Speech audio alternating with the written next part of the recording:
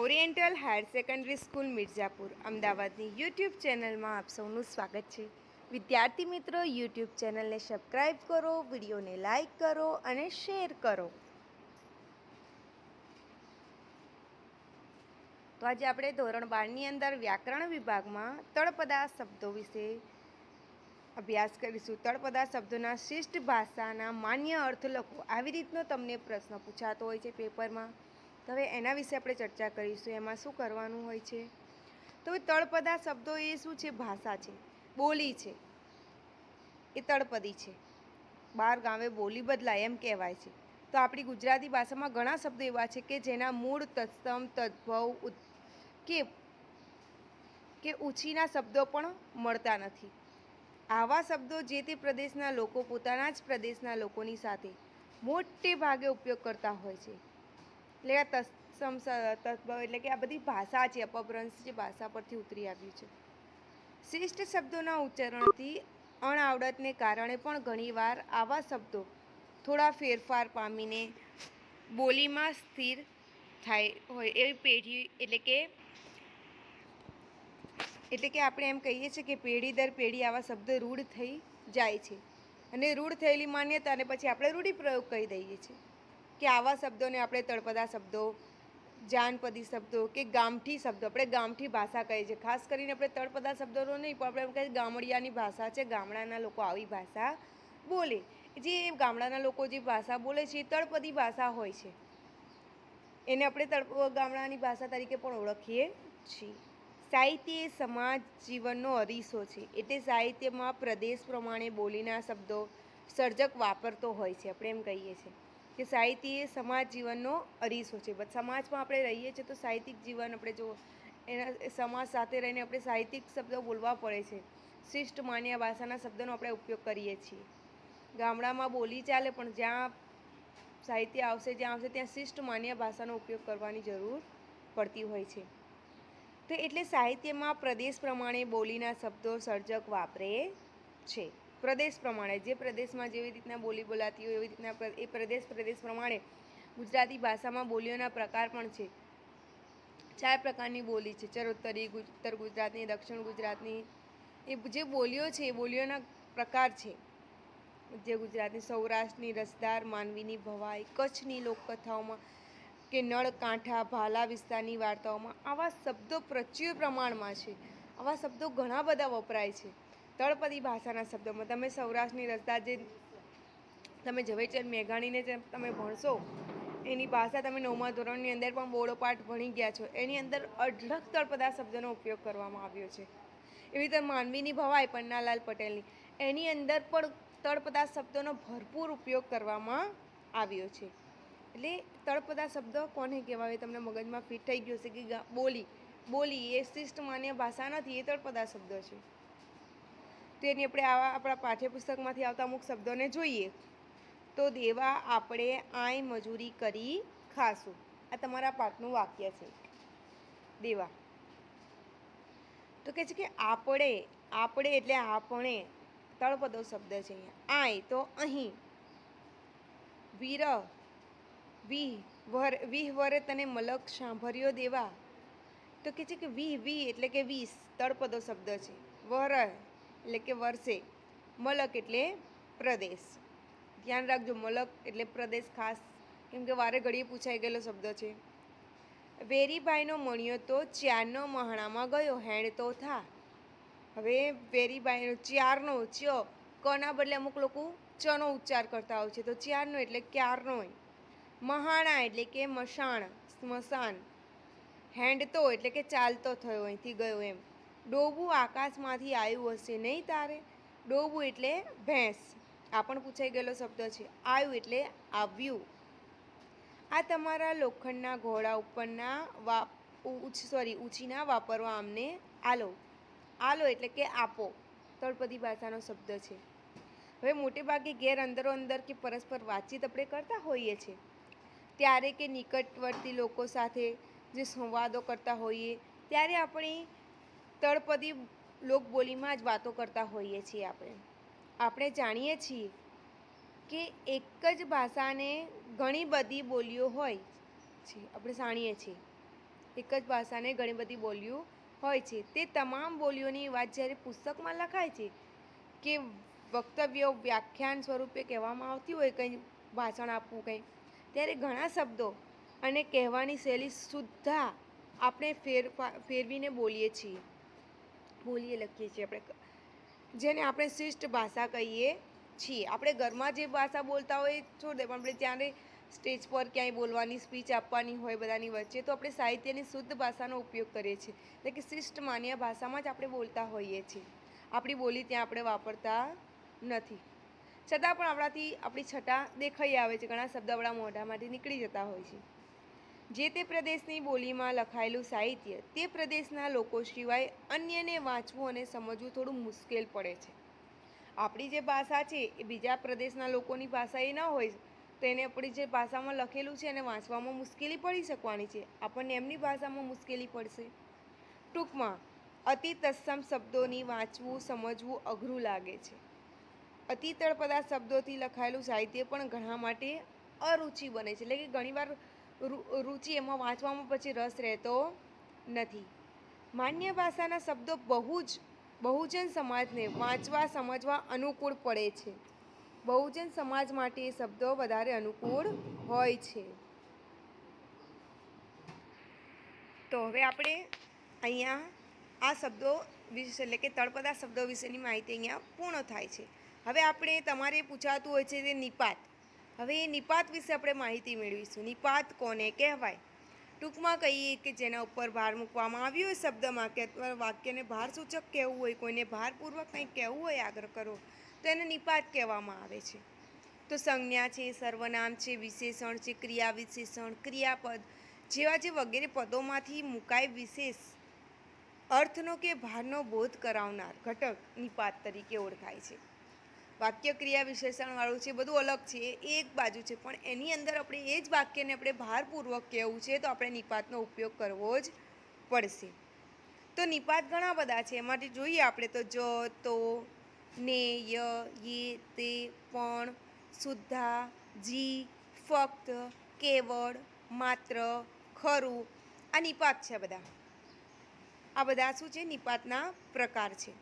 નિપાત આટલા પ્રમાણના નિપાત વપરાતા હોય છે. અને નિપાત જેમ આપણે ભણ્યા હતા આગળ કે પ્રત્યય વાક્યની હંમેશા સાથે આવે છે. પ્રત્યય હંમેશા શબ્દોની પાછળ આવે છે, તરત પાછળ આવે છે. પણ નિપાત એવું નથી. નિપાત છે એ શબ્દની તરત પાછળ આવતો નથી. નિપાત એ શબ્દની તરત પાછળ, એટલે કે નિપાત વપરાય ખરો પણ એ અલગ મુકાતો હોય છે. એને શબ્દની તરત પાછળ મૂકવામાં આવતો નથી. અને નિપાતનો ઉપયોગ છે વાક્યમાં ભાર મૂકવા માટે છે. તો આપણે એવા વાક્ય જોઈએ, નિપાતની કામગીરી શું છે. તો તું પ્રવાસે જઈશ, એના ઉપર ભાર મૂકવાનો છે. તો જવાની ક્રિયા પર ભાર મુકાયો છે. પ્રવાસે જઈશ કહીશ તો પણ મારે જે કહેવાનો છે એ જ અર્થ રહેશે, પણ મારે એને ભારસૂચક કહેવું હોય તો તું પ્રવાસે જઈશ જ, તો જે જ મૂકું છું એ ભાર મુકાય છે અને એ નિપાત છે. તો નિપાતનું કાર્ય છે, આપણે જો તમારે નિપાત ઓળખવો હોય વાક્યમાં, તો જે વસ્તુને કાઢી નાખતા વાક્યનો કોઈ અર્થ બદલાતો નથી, પણ એ વસ્તુ મૂકવાથી વાક્યમાં વજન પડે છે, એટલે કે ભારસૂચક કહેવાય છે. તો એ નિપાત છે, અને કાઢી નાખવાથી કોઈ ફરક નથી પડતો, એ નિપાત હોઈ શકે. તમે જ મારી સાથે આવજો. તો આની અંદર એવો અર્થ છે કે તમારા સિવાય બીજું કોઈ નહીં. તો અહીંયા ભાર મુકાયો છે. તમે જ, જે હું એમ કહું કે તમે મારી સાથે આવજો, તો વાક્યનો અર્થ તો એ જ રહેવાનો જ, પણ મારે ભારપૂર્વક કેવું છે કે તમે જ, તમારા સિવાય બીજું કોઈ નહીં. તો તમે જ મારી સાથે આવજો. આગળ જોઈએ, કામ કરનાર જ સુખી થાય. જો હવે કરનાર સુખી થાય, કામ, તો હવે કામ કરનાર સુખી થાય મારે કેવું છે, બસ એ જ વાક્ય, પણ મારે એને બહાર મૂકવો હોય તો કામ કરનાર જ સુખી થાય. તો અહીંયા કામ કરવાની મહત્તા બતાવવામાં આવી છે, કે કામનું મહત્ત્વ, કે કામ કરે છે એ સુખી થાય છે. ચાલો અમદાવાદ જઈશું ને, તો હવે અમદાવાદ જવા માટે હું કહું ચાલો જઈશું, તો એ જ મતલબ છે, પણ મને ભારપૂર્વક કહેવું હોય તો એની અંદર મારે નિપાત લગાવવો પડે છે. તે બીજા પાસે હકારની ઈચ્છા વ્યક્ત થઈ છે. અહીંયા આપણે જવું જ છે ને, અહીંયા વાતને દ્રઢ કરવાનો પ્રયત્ન છે કે ચોક્કસતા લેવાનો કે આપણે જવું જ છે ને, ચોક્કસ ને, એ રીતના અર્થમાં અહીંયા મુકાયેલો છે. હવે આગળ જોઈએ. તમે તો આવી ગયા.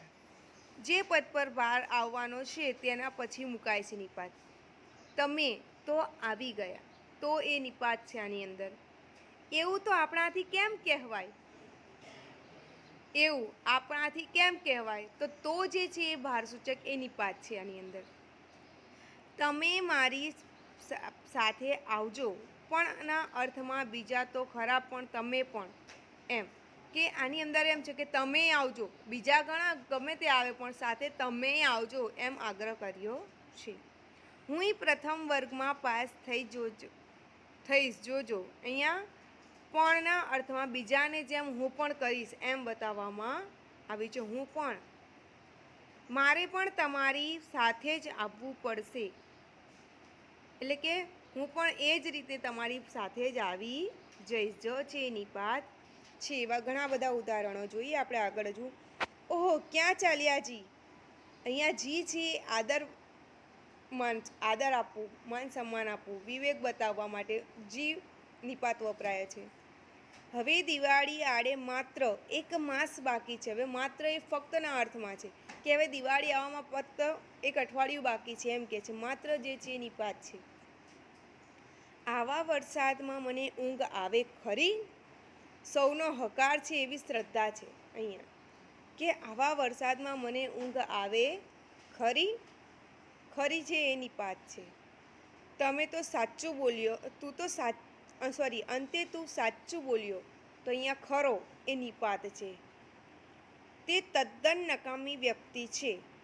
તદ્દન જે છે એટલે બિલકુલના અર્થમાં છે કે બિલકુલ નકામી. તે નકામી વ્યક્તિ છે. કહું તો વાક્યનો અર્થ એ જ છે, પણ તદ્દન કહીશ એની ઉપર ભાર મુકાશે, સીમા નક્કી થઈ જશે કોઈ.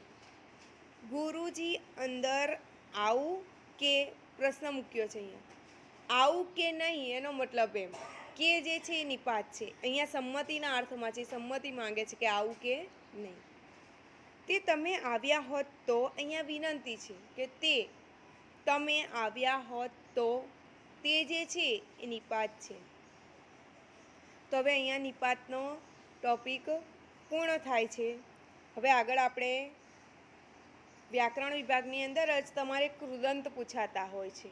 નિપાતની અંદર પણ બે ખાલી જગ્યા હોય છે. નિપાત મૂકો અને નિપાત ઓળખાવો.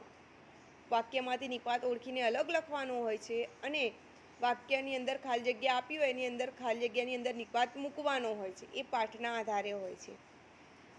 હવે આપણે કૃદંત જોઈએ. કૃદંત પણ એવી રીતે પૂછાય છે કે કૃદંત મૂકો, કૃદંત ઓળખો. કૃદંત 3 પૂછાય છે વાક્યના. કૃદંત મૂકવાનો પહેલાં, કૃદંત ઓળખવાનો અને ત્યાર પછી ઓળખીને એનો પ્રકાર લખવાનો, એમ કરીને કૃદંત પૂછાતા હોય છે. તો હવે આપણે જોઈએ એની અંદર તો કૃદંતમાં શું કહેવા માંગે છે. તો આપણે જોઈએ કે ત્યાં અમે બોર ખાતા, તો ખાતા ખાતા બોલાય નહીં. આ કયું પ્રાણી બોલ્યું? બોલ્યું કોણ ન પાડે? જો અહીંયા શબ્દનું ધ્યાન રાખજો.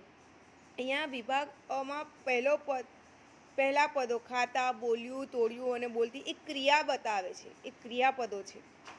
વાક્યની અંતે છે ક્રિયાપદો છે બધા. જ્યારે બ વિભાગમાં જ એ જ શબ્દ મૂક્યા છે. ખાતા, બોલ્યું, તોડ્યું, બોલતી એ કૃદંત છે. ખાતા ખાતા બોલાય નહીં, બોલ્યું કોણ ન પાડે. તો કહે છે કે જે પદો ક્રિયાપદની જેમ વર્તતા હોય પણ વાક્યમાં તેનું કાર્ય ક્રિયાપદ વ્યક્ત કરવાનું ન હોય તેને કૃદંત કહેવાય. અહીંયા અવિભાગમાં ખાવું, બોલવું, તોડવું, બોલતી આ ક્રિયા છે. એ ક્રિયાપદ બતાવે છે પણ અહીંયા એ ક્રિયાપદ બતાવતું નથી. અહીંયા કૃદંત બતાવે છે કે બોલ્યું એટલે કે બોલી ગયું. ભૂત કૃદંત, વર્તમાન કૃદંત, ભવિષ્ય કૃદંત. ખાતા જે તા છે એટલે ખાતા ખાતા એટલે કે અહીંયા વર્તમાન કૃદંત બતાવે છે. કૃદંતનો ભાવ વ્યક્ત કરે છે. એટલે અહીંયા કીધું છે કે જે પદો ક્રિયાપદની જેમ વર્તતા હોય પણ વાક્યમાં તેનું કાર્ય ક્રિયાપદ વ્યક્ત કરવાનું ન હોય તેને કૃદંત કહેવાય છે. કૃદંત વાક્યોનો અર્થ પૂરો કરી શકતા નથી. કૃદંત જે છે એ વાક્યનો અર્થ પૂરો કરી શકતા નથી. હવે કૃદંતના પ્રકાર જોઈએ આપણે તો વર્તમાન કૃદંત છે, ભૂત કૃદંત છે, તો પછી છે વર્તમાન, ભૂત કૃદંત, ભવિષ્ય કૃદંત, વિદ્યાર્થી કૃદંત, ઘણા બધા પ્રકારો છે કૃદંત. આપણે તમારે જેટલા પ્રકારો છે આપણે ભણીશું. તો વર્તમાન કાળ સૂચવે છે વર્તમાન કૃદંત. હવે એની અંદર નિશાની તમારે જોવાની. નિશાની શું જોવાની? તો આ ઓળખતા શીખી જવાનું. તો તી તું તા જે આવશે, તો તી તું તા, એ નિશાની તમે ઓળખી જશો તો કૃદંત તમને સરસ રીતે આવડી જશે. તો વર્તમાન કૃદંતમાં ત યાદ રાખવાનો. રમતો છોકરો, ગાતી છોકરી, ગાતી ગાતી રડતી હતી, રમતું, વાંચતા, લખતા, ખાતા, પીતા, દોડતા, આ જે છે તો આવે પાછળ એ વર્તમાન કૃદંત સૂચવે છે. હવે ઇતર ભૂત કૃદંતની અંદર દૂરનો કે નજીકનો ભૂતકાળ બનાવે છે. વીતી ગયેલા દિવસ એટલે વીતી ગયેલી ઘટનાઓ એ ભૂતકાળ બની જતી હોય છે. તો ભૂતકાળમાં કયા પ્રત્યયો વપરાય છે? એલો. જો વીતી ગયેલો, ગયેલો, ગયેલોમાં એલો શબ્દ વંચાય છે. વીતી ગયેલી, એલું, એલા, યો, ઈ, યુ, આ બધાય જે છે યાદ રાખવાના તમારે. એ ભૂત કૃદંત દર્શાવે છે. એમાં કોઈ કશું બોલ્યું નહીં. અહીંયા બોલ્યું, યુ એટલે કે ભૂત કૃદંત. વેચેલી એટલે કે વેચેલી, એલી, એલી આની અંદર છે એટલે કે પાછું ભૂત કૃદંત બને. વેચાએલું તો ઉપર નિશાનીમાં તમારે એલું આપેલો જ છે તો એલું. વેચેલા તો એલા. એવી રીતે તમારે કૃદંત ઓળખવાના. હવે ભવિષ્ય કૃદંત જોઈએ.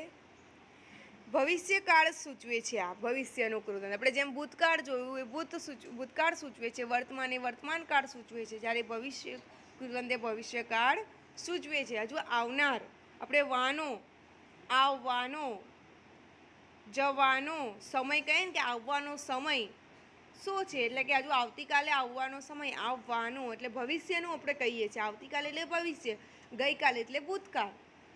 વાની, વાનું, નારો, નારી, નારું, આવનારું, આવનારી, આવવાનો, આવવાની, બરાબર. આ જે શબ્દો તમારે યાદ રાખવાનું. જો અહીંયા આવવાનો પહેલું વાક્ય, તે આવવાનો હતો, હમણાં આવશે. આવવાનો તમારે શબ્દ પકડવાનો. વાંચનારા, નારા, વાંચનારા, આવનારા, જનારા, ખાનારા, પીનારા. અમે કાલે પહોંચવાનું એટલે કે નક્કી કર્યું, પહોંચવાનું, આવવાનું, અમે આવવાનું, જવાનું નક્કી કર્યું. આપણે કહીએ ને એમાં વાનું શબ્દ પ્રત્યય કયો છે એ જોવાનો. ખાનાર, પીનાર, જનાર, આવનાર, લખનાર, વાંચનાર, દોડનાર, બરાબર. એવી રીતના આ તમારે નિશાની યાદ રાખવાની. સામાન્ય કૃદંત તો કોઈ ચોક્કસ કાળનું સૂચન કરતા નથી. સામાન્ય કૃદંતના પ્રત્યયો વો, વી, વુ, વા છે. જો કોઈ ચોક્કસ કાળ નથી આમાં, એના ખાલી પ્રત્યયો વો, વી, વોથી ઓળખવાનો.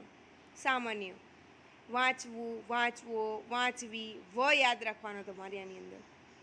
વો, વી, વુ, વા સામાન્ય કૃદંત. હેત્વર્ત કૃદંત. હવે હેત્વર્ત એટલે કોઈ હેતુ દર્શાવે છે. ખાસ યાદ રાખજો. વા, વાને, વાનું. જો હું ખાવા માટે આવ્યો નથી એટલે આવવાનો હેતુ એણે બતાવી દીધો. ખાવા માટેનો હેતુ એનો નથી. ખાવાને માટે જ તે આવ્યો હતો. હવે અહીંયા ચોક્કસ હેતુ છે કે હું ખાવા માટે જ આવ્યો છું. કયા હેતુથી, કયા આશયથી આવે છે? તો કે ખાવા માટે. આ ચોપડી વાંચવાને માટે હું લઈશ. હું એમ કહું આ ચોપડી લઈશું, પણ શા માટે લઈશ? તો અહીંયા હેતુ બતાવી દીધો છે કે હું વાંચવા માટે જ લઈશ. એ છે હેત્વર્ત કૃદંત. હવે સંબંધક ભૂત કૃદંત. એની અંદર અગાઉ થયેલી ક્રિયા સાથે ક્રિયાપદનો સંબંધ. અગાઉ થઈ ગયેલી ક્રિયા સાથે જે સંબંધ બતાવવાનો છે. ઈ અને ઈને. જો ઈ અને ઈને યાદ રાખવાનું. જ્યાં ઈને એવું તમને પ્રત્યય, હવે પ્રત્યય ઓળખવાનો તમારે ખાસ. જો આ કામ જોઈને તો આમાં ઈને તમને સ્પષ્ટ જોઈને ઈને તમને સ્પષ્ટ દેખાઈ આવે છે. હું ખુશ થઈ ગઈ.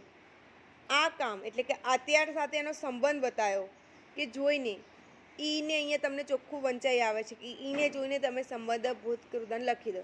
પછી અહીંયા હસી હસીને તો આમાં ઈને નહીં દેખાતું પણ સી છે. હસી હસીને સીની અંદર ઈ સમાયેલો છે એની માત્રાની અંદર. હસીને તે બેવડ વળી ગયા. જે અહીંયા દીર્ઘ છે એની સાથે ઈ સમાયેલો છે તો હસીને તેની ચિત્રકલા જોઈ સહુ રાજી થયા. તો જો ઈ હવે ઈ પ્રત્યય પણ આપણે છે ઓળખવા માટે તો અહીંયા આપણા આ કૃદંત પણ અહીંયા પૂરા થાય છે. અને કૃદંત તમારે 3 વાક્ય પૂછાતા હોય છે, એકનો અડધો માર્ક હોય છે. અને આ તમારે નિશાની યાદ રાખશો તો તમને સહેલું પડશે અને સરળતાથી તમને વ્યાકરણ આવડી જશે. તમને સારી રીતે વિડીયો આ વિડીયો તમે સારી રીતે સાંભળ્યો અને તમને સમજ પણ પડી ગઈ છે સરસ રીતે. સાંભળવા બદલ ધન્યવાદ.